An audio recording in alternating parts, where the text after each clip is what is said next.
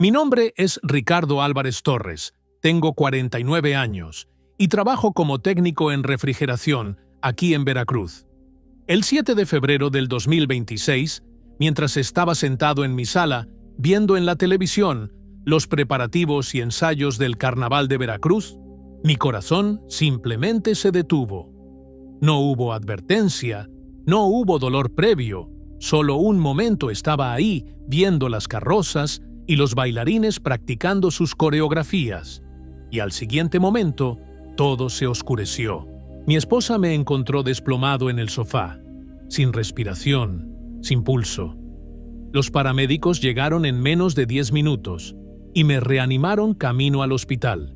Pero durante esos minutos, en los que mi corazón no latía, yo no estaba inconsciente. Estaba más consciente de lo que jamás había estado en toda mi vida. Cuando mis ojos se cerraron en esa sala frente al televisor, donde las imágenes del carnaval todavía parpadeaban en la pantalla, cuando mi cuerpo dejó de responder y mi esposa gritaba mi nombre sin que yo pudiera contestarle, algo extraordinario sucedió. De repente me encontré de pie, pero ya no estaba en mi casa. No estaba en ningún lugar que pudiera reconocer o describir con palabras humanas. Era como si hubiera cruzado un umbral invisible hacia otra dimensión de la realidad.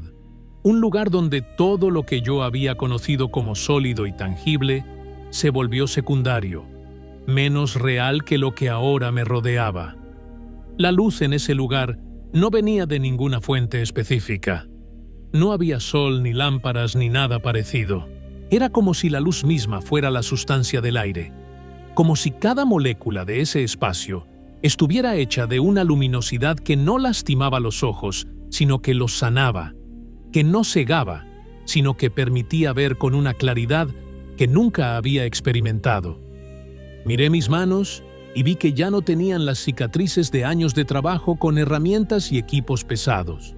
Mis dedos, que siempre dolían por el trabajo constante reparando sistemas de aire acondicionado en el calor brutal de Veracruz, se movían sin ningún dolor, flexibles y fuertes como cuando era joven. Me toqué el pecho donde siempre había sentido esa opresión leve que nunca me había preocupado lo suficiente como para ir al doctor. Y no sentí nada más que paz.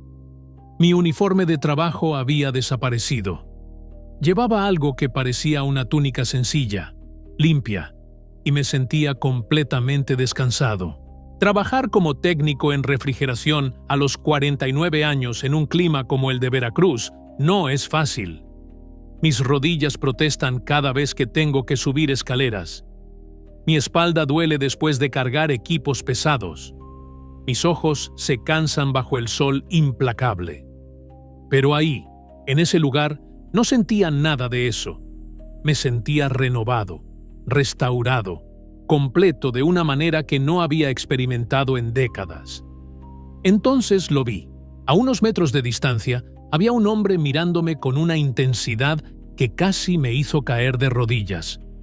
Sus ojos eran como fuego líquido, penetrantes, pero llenos de un amor tan profundo que sentí que todo mi ser se derretía bajo esa mirada.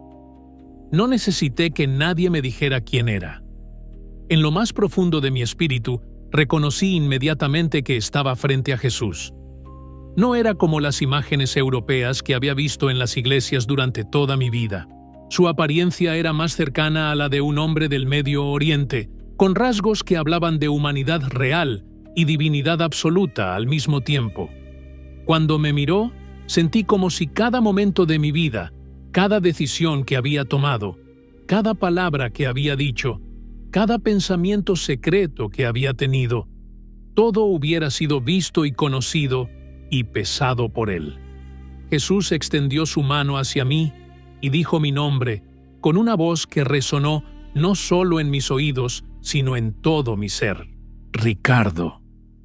Era una voz que reconocía aunque nunca la había escuchado antes, como si hubiera sido creada desde la fundación del mundo específicamente para llamarme a mí. Di un paso hacia él, temblando, sin saber qué hacer o qué decir. Antes de que pudiera formar una palabra, él cerró la distancia entre nosotros y puso su mano sobre mi hombro. Su toque envió una ola de paz tan profunda a través de mi cuerpo que las lágrimas comenzaron a correr por mis mejillas sin que pudiera controlarlas. «Ricardo», dijo de nuevo, y su voz era firme pero gentil. «Has trabajado duro toda tu vida. Has provisto para tu familia. Has sido un hombre honesto en tus tratos. Pero hay algo que necesito mostrarte. Algo que necesitas entender antes de que regreses». Mis lágrimas se convirtieron en sollozos. ¿Regresar? ¿Significa esto que voy a regresar? ¿No me voy a quedar aquí? Una parte de mí quería quedarse en ese lugar de paz para siempre, lejos del calor sofocante de Veracruz, lejos de las preocupaciones por el dinero y el trabajo y las facturas. Pero otra parte de mí pensó en mi esposa, en mis hijos, en mi madre anciana que dependía de mí. Jesús asintió. «Todavía no es tu tiempo de quedarte. Te voy a enviar de regreso. Pero primero necesito que veas algo. Necesito que entiendas algo que el mundo ha olvidado, algo que mi pueblo ha ignorado, algo que está a punto de tener consecuencias devastadoras». No entendí lo que quería decir, pero antes de que pudiera preguntar, él tocó mi frente con su dedo índice y de repente todo a mi alrededor cambió. Ya no estábamos en ese lugar de luz. Ahora estábamos de pie en lo que parecía ser el centro de Veracruz, pero no el Veracruz que yo conocía.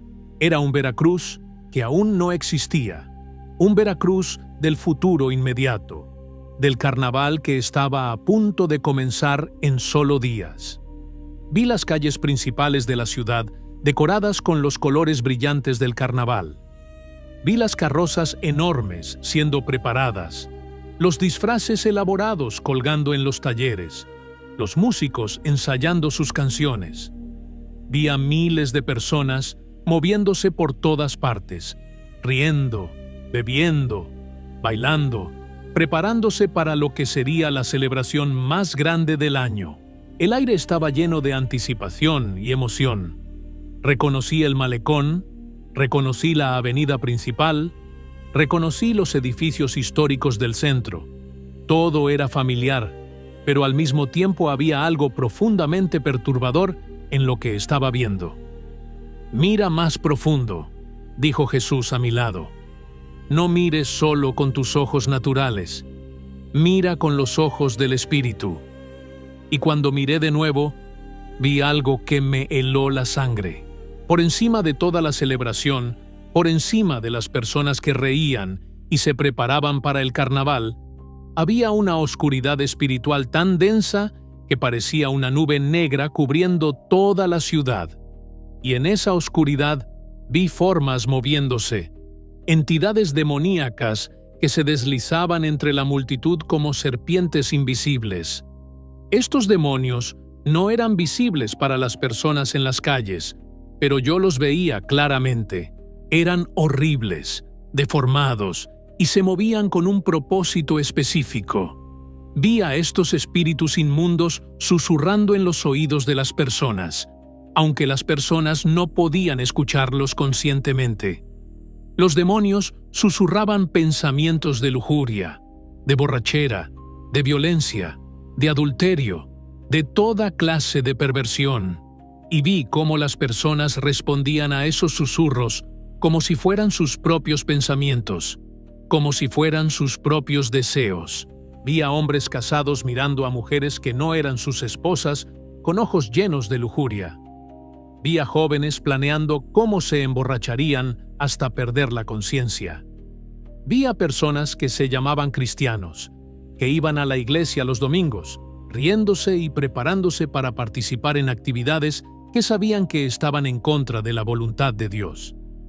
«Ricardo», dijo Jesús, y su voz ahora tenía un tono de tristeza profunda que me partió el corazón. «¿Ves lo que está pasando aquí? ¿Ves lo que mi pueblo ha permitido?» Yo no podía hablar. Solo podía mirar con horror mientras la escena se desarrollaba frente a mí. Jesús continuó. El carnaval no comenzó como algo maligno. En sus orígenes más antiguos, Era una celebración antes de la Cuaresma, un tiempo de preparación. Pero lo que se ha convertido ahora, lo que se celebra en estas calles año tras año, no tiene nada que ver con preparación espiritual. Se ha convertido en una puerta abierta para toda clase de pecado, una invitación para que los demonios entren y destruyan vidas. Me mostró más de cerca a las personas en las calles. Vi a una mujer joven, no podía tener más de 25 años, vistiéndose con un disfraz tan revelador que prácticamente no cubría nada. Sus amigas la rodeaban, animándola, diciéndole lo hermosa que se veía, diciéndole que iba a conquistar a muchos hombres esa noche. Pero yo podía ver a un demonio de lujuria literalmente abrazándola por detrás, susurrándole al oído, empujándola hacia decisiones que destruirían su dignidad y su pureza. Vi el futuro de esa joven en un destello. La vi llorando semanas después, sintiéndose vacía y usada después de haberse entregado a hombres que solo la querían por una noche.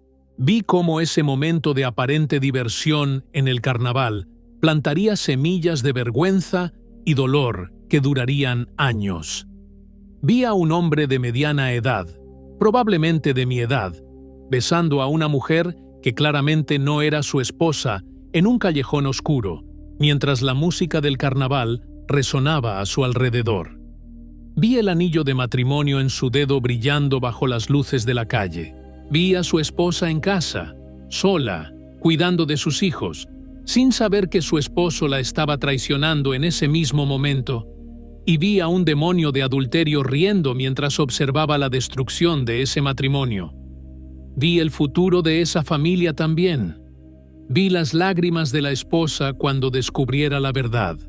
Vi a los hijos confundidos y heridos cuando sus padres se separaran. Vi años de dolor y división, todo por una noche de placer robado durante el carnaval. Vi a grupos de jóvenes pasándose botellas de alcohol, bebiendo hasta que apenas podían mantenerse en pie.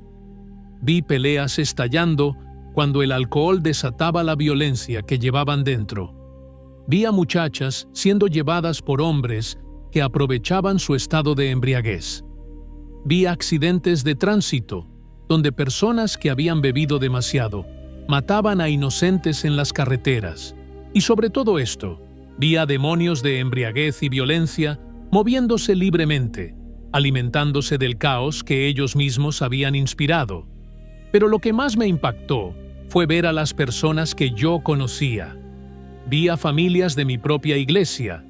Vi al hijo del diácono Martínez, un muchacho de 17 años que siempre había sido tan respetuoso en la iglesia, ahora fumando marihuana con sus amigos mientras planeaban ir a las fiestas del carnaval. Vi a la hermana Guadalupe, que dirigía el coro de mujeres, riéndose y coqueteando con un hombre que no era su esposo mientras tomaban cerveza en un bar lleno de gente. Vi a jóvenes que habían sido bautizados en nuestra iglesia apenas meses atrás, ahora bailando de maneras que eran completamente sensuales y provocativas, sin ningún rastro de la santidad que habían prometido seguir. ¿Lo ves ahora?, preguntó Jesús, y su voz resonaba con una mezcla de dolor y santa ira. ¿Ves cómo mi pueblo ha confundido la libertad con el libertinaje? ¿Ves cómo han tomado una celebración cultural y la han convertido en una excusa para pecar sin restricción? Ellos dicen, es solo una vez al año, es solo diversión, no le hace daño a nadie. Pero Ricardo, el pecado siempre hace daño, siempre. Y cuando mi pueblo participa en estas cosas, cuando se mezcla con el mundo y adopta sus costumbres, cuando se viste como el mundo, bebe como el mundo, baila como el mundo, habla como el mundo, entonces ya no hay diferencia entre ellos y el mundo.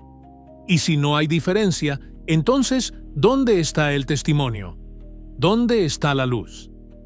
Entonces Jesús me llevó a otro lugar. Me mostró una iglesia en Veracruz. Reconocí el edificio. Era una de las iglesias más grandes de la ciudad, una congregación que presumía de tener miles de miembros. Era domingo por la mañana, justo después del fin del carnaval. Vi a las personas entrando al templo, cantando alabanzas, levantando sus manos en adoración. Pero Jesús me dijo: mira más allá de las apariencias, mira sus corazones. Y cuando miré, vi algo devastador. Vi a personas que habían estado en las calles del carnaval días antes, ahora cantando canciones de adoración con los mismos labios que habían usado para mentir, para seducir, para maldecir. Vi a hombres que habían mirado pornografía en sus teléfonos durante el carnaval, ahora levantando esas mismas manos en oración como si nada hubiera pasado. Vi a mujeres que habían vestido de manera provocativa y habían bailado sensualmente con extraños, ahora vestidas modestamente en la iglesia como si fueran dos personas completas diferentes. Vi el pecado que estaba escondido en sus corazones, el pecado que nunca habían confesado, el pecado que habían justificado porque todo el mundo lo hacía. «Ricardo», dijo Jesús, y su voz ahora temblaba con una intensidad que me asustó. «Esto es lo que más me duele. No es que los pecadores pequen. Los pecadores hacen lo que su naturaleza les dicta. Pero cuando mi pueblo, los que llevan mi nombre, los que dicen amarme, los que cantan mis alabanzas los domingos, cuando ellos se vuelven y participan en las mismas cosas que el mundo hace, eso me hiere profundamente. Porque ellos saben mejor, conocen mi palabra, conocen mis mandamientos, y aún así eligen ignorarlos porque quieren la aceptación del mundo más de lo que quieren mi aprobación. Me mostró Santiago 4:4, escrito en letras de fuego en el aire. ¿No saben que la amistad con el mundo es enemistad con Dios? Cualquiera que quiera ser amigo del mundo se constituye enemigo de Dios. Jesús dijo: mis palabras son claras. No puedes servir a dos señores. No puedes tener un pie en mi reino y otro pie en el mundo. No puedes adorarme el domingo y luego vivir como el mundo vive el resto de la semana. Eso no es cristianismo. Eso es hipocresía. Entonces me mostró algo aún más perturbador. Me llevó a ver el liderazgo de varias iglesias en Veracruz. Vi a pastores que sabían que el carnaval era una celebración llena de pecado, pero que no decían nada desde el púlpito porque no querían ofender a sus congregaciones. Vi a líderes de jóvenes que ellos mismos participaban en las fiestas del carnaval y luego guiaban estudios bíblicos como si nada hubiera pasado. Vi a ancianos de iglesias que permitían que sus propios hijos e hijas fueran al carnaval sin ninguna advertencia o corrección, porque no querían ser vistos como padres estrictos o anticuados. La sangre de las almas está en las manos de los líderes, dijo Jesús con una severidad que me hizo temblar. Ezequiel 33:6 dice que si el centinela ve venir la espada y no toca la trompeta para advertir al pueblo, y la espada viene y toma la vida de alguno de ellos, esa persona morirá por su pecado, pero yo demandaré su sangre de mano del centinela. Los pastores y líderes que ven el peligro, que conocen la verdad, pero que permanecen en silencio porque tienen miedo de ser impopulares o de perder miembros, ellos darán cuenta de cada alma que se pierda por su cobardía. Me mostró 1 de Pedro 1:16 brillando en el aire. Sean santos, porque yo soy santo. Jesús dijo: esa no es una sugerencia, es un mandamiento. La santidad no es opcional para mi pueblo. No es algo que puedan tomar o dejar según les convenga. Yo los llamé a ser diferentes, a ser apartados, a ser luz en medio de las tinieblas. Pero cuando participan en el carnaval, cuando se sumergen en la lujuria y la borrachera y la inmoralidad que caracteriza esas celebraciones, entonces su luz se apaga. Y si la luz se apaga, ¿cómo puede el mundo ver el camino hacia mí? Entonces Jesús me mostró algo que nunca olvidaré. Me llevó a un lugar oscuro, un lugar que olía a azufre y desesperación. Era el infierno. Sé que suena dramático, Sé que muchos no quieren creer que existe tal lugar, pero yo lo vi con mis propios ojos. Vi almas atormentadas, personas que habían vivido para el placer, que habían perseguido cada deseo de la carne sin restricción, que habían ignorado cada advertencia de Dios, cada llamado al arrepentimiento, y ahora estaban pagando el precio eterno.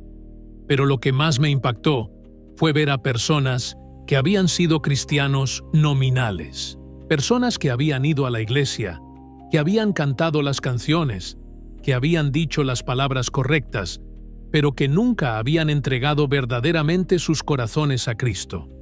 Habían vivido vidas dobles, santas los domingos y mundanas el resto de la semana. Y cuando murieron, descubrieron que Jesús no los conocía. Vi sus rostros llenos de horror cuando se dieron cuenta de que toda su religiosidad había sido en vano, porque nunca habían tenido una relación real con Él. Jesús me mostró Mateo 7:21 al 23. No todo el que me dice Señor, Señor, entrará en el reino de los cielos, sino el que hace la voluntad de mi Padre que está en los cielos. Muchos me dirán en aquel día, Señor, Señor, ¿no profetizamos en tu nombre, y en tu nombre echamos fuera demonios, y en tu nombre hicimos muchos milagros? Y entonces les declararé, nunca los conocí. Apártense de mí, hacedores de maldad. Ricardo, dijo Jesús, y ahora sus ojos estaban llenos de lágrimas. Esta es la advertencia que necesitas llevar de regreso. El tiempo se está acabando. Mi paciencia tiene un límite. He estado llamando a mi pueblo a volverse a mí, a arrepentirse de sus caminos, a vivir en santidad, pero muchos se han vuelto sordos a mi voz. Piensan que pueden jugar con el pecado, que pueden participar en las celebraciones del mundo y aún así ser míos. Pero no funciona así. O me siguen completamente o no me siguen en absoluto. Entonces me mostró lo que estaba por venir. Vi el Carnaval de Veracruz de 2026 desarrollándose exactamente como me lo había mostrado. Vi la lujuria, la borrachera, la violencia, las consecuencias devastadoras. Pero luego vi algo más. Vi juicio. Vi a Dios retirando su protección de aquellos que habían elegido el mundo sobre él. Vi matrimonios que se destruirían después del carnaval debido a infidelidades cometidas durante las celebraciones. Vi jóvenes cuyas vidas tomarían caminos oscuros después de decisiones tomadas en esos días de fiesta. Vi adicciones que comenzarían, enfermedades que se transmitirían, vidas que serían arruinadas. Y vi algo aún más serio. Vi que para algunos este sería su último carnaval, no porque así lo eligieran, sino porque morirían poco después. Accidentes, enfermedades repentinas, violencia. Vi personas que habían bailado y bebido y pecado sin restricción durante el carnaval, y semanas después estaban enfrentando la eternidad sin haber hecho las paces con Dios. Vi sus almas siendo arrastradas a la oscuridad, gritando por una segunda oportunidad que nunca vendría. El tiempo de arrepentimiento es ahora, dijo Jesús con una urgencia que quemaba. No mañana, no después del carnaval, no cuando sea más conveniente, ahora, porque nadie está garantizado ni siquiera el próximo aliento. Hebreos 3:15 dice, si oyen hoy su voz, no endurezcan sus corazones. Hoy es el día de salvación. Hoy es el día de arrepentimiento. Mañana puede ser demasiado tarde. Jesús me agarró por los hombros y me miró directo a los ojos. Ricardo, cuando regreses, y vas a regresar, necesito que digas esto sin miedo. Necesito que adviertas a mi pueblo. El carnaval no es una celebración inocente. Es una trampa del enemigo. Es una puerta abierta para que los demonios entren y destruyan vidas, matrimonios, familias, destinos eternos. Y aquellos que participan, especialmente aquellos que llevan mi nombre, están jugando con fuego eterno. Pero también necesito que les digas esto, continuó, y su voz se suavizó con compasión. No es demasiado tarde para arrepentirse. No importa cuántas veces hayan participado en el carnaval en el pasado, no importa cuán profundo hayan caído en el pecado. Si se vuelven a mí con corazones genuinamente arrepentidos, si confiesan su pecado y lo abandonan, yo los perdonaré. Primera de Juan 1:9 dice: si confesamos nuestros pecados, Él es fiel y justo para perdonar nuestros pecados y limpiarnos de toda maldad. Pero el arrepentimiento tiene que ser real, enfatizó. No puede ser solo palabras, no puede ser solo emociones temporales. Tiene que ser un cambio genuino de dirección. Tiene que ser una decisión de voltear la espalda al pecado y seguirme completamente, sin importar el costo. Eso significa que si tus amigos van al carnaval, tú no vas. Si toda tu familia participa, tú te mantienes firme. Si eso significa que te llamen fanático o extremista o anticuado, que así sea, porque tu reputación ante los hombres no significa nada comparada con tu posición ante Dios. Jesús me mostró Romanos 12:2. No se conformen a este mundo, sino transfórmense mediante la renovación de su mente, para que comprueben cuál es la voluntad de Dios, buena, agradable y perfecta. Me dijo, esa palabra conformar significa tomar la forma de algo. No tomen la forma del mundo. No se ajusten a sus patrones. No adopten sus valores. No participen en sus celebraciones cuando esas celebraciones glorifican el pecado. Porque cuando lo hacen, pierden su forma como hijos míos y se vuelven indistinguibles del mundo que están supuestos a iluminar. Entonces me mostró el contraste. Me llevó a ver a un grupo pequeño de cristianos en Veracruz que habían tomado la decisión de no participar en el carnaval. Eran familias que pasaban esos días en oración y ayuno. Eran jóvenes que organizaban retiros espirituales en lugar de ir a las fiestas. Eran personas que usaban esos días para servir a los necesitados, para ministrar en las calles a aquellos que estaban atrapados en adicciones, para ser luz verdadera en medio de la oscuridad. Y vi cómo Dios los veía, vi cómo se deleitaba en ellos, cómo los honraba, cómo enviaba ángeles para protegerlos y fortalecerlos. Vi cómo sus vidas brillaban como estrellas en medio de una generación corrupta, exactamente como dice Filipenses 2:15.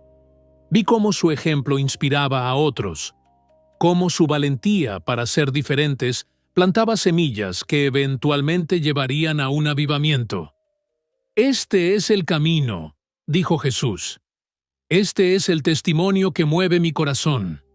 No aquellos que tratan de mantener un pie en mi reino y otro en el mundo, sino aquellos que me han escogido completamente, sin importar el costo. Josué 24:15 dice: escojan ustedes mismos a quién han de servir, pero yo y mi casa serviremos al Señor.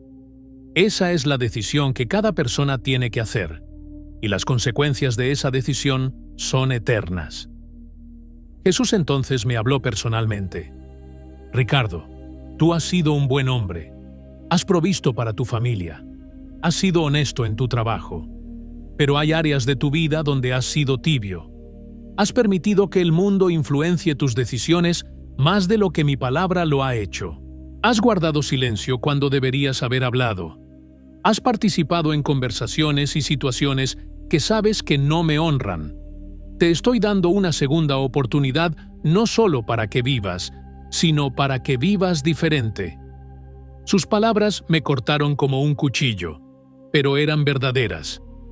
Pensé en todas las veces que me había reído de chistes sucios con mis compañeros de trabajo, en lugar de cambiar el tema. Pensé en todas las veces que había visto programas de televisión llenos de inmoralidad, porque todos los demás los veían. Pensé en cómo había permitido que mis hijos mayores tomaran decisiones que sabía que estaban mal, porque no quería ser el padre estricto. Jesús tenía razón. Había sido tibio.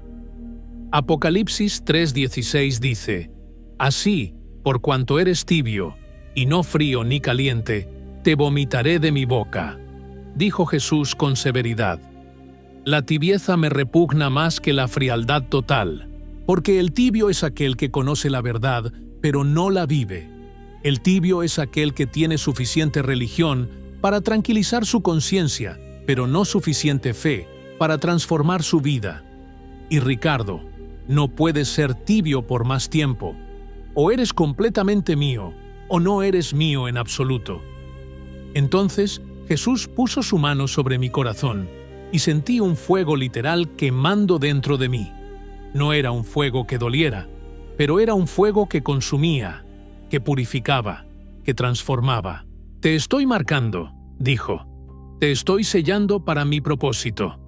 Cuando regreses, llevarás este fuego contigo, y ese fuego no te permitirá permanecer en silencio, no te permitirá conformarte, no te permitirá ser tibio nunca más. Hablarás mi verdad sin importar el costo.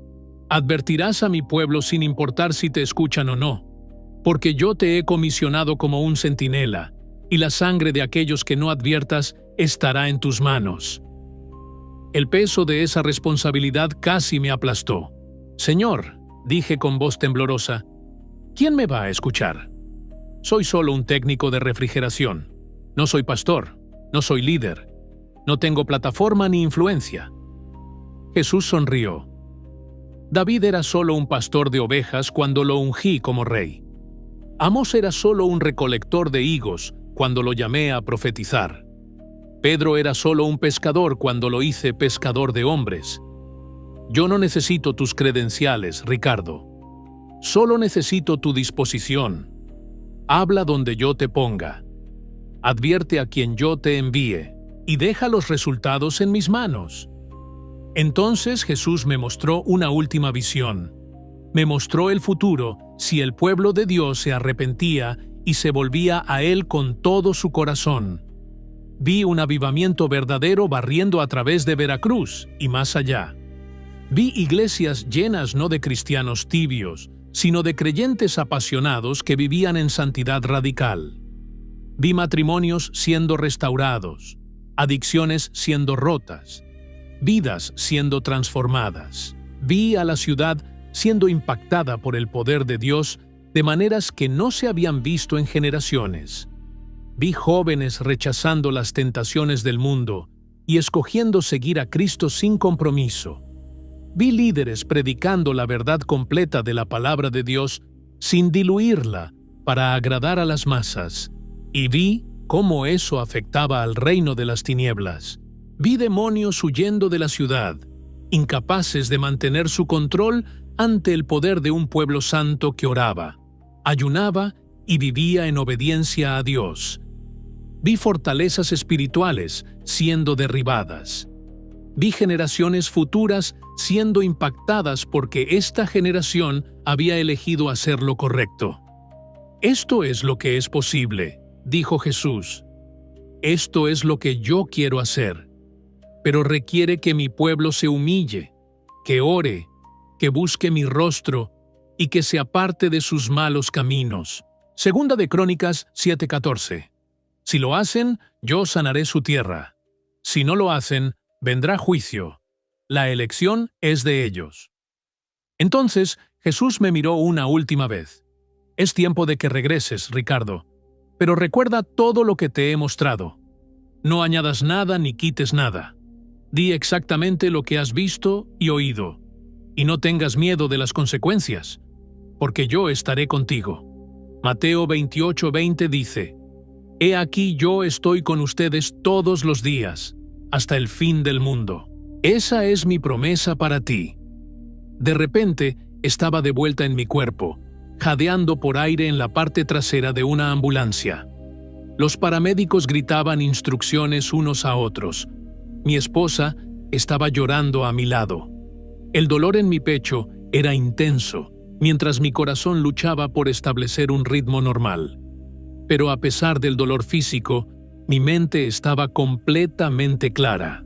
Recordaba cada palabra que Jesús había dicho, cada visión que me había mostrado, cada advertencia que me había dado. Pasé 3 días en el hospital. Los doctores estaban asombrados de que hubiera sobrevivido. Dijeron que había estado sin pulso por varios minutos y que normalmente eso causaría daño cerebral severo. Pero yo estaba completamente bien, más que bien.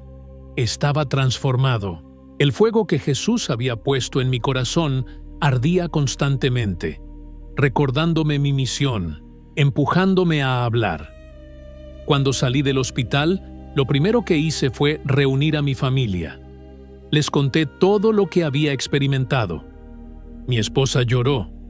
Mis hijos al principio estaban escépticos, pero cuando vieron el cambio genuino en mí, cuando vieron que ya no era el mismo hombre que había sido, comenzaron a creer.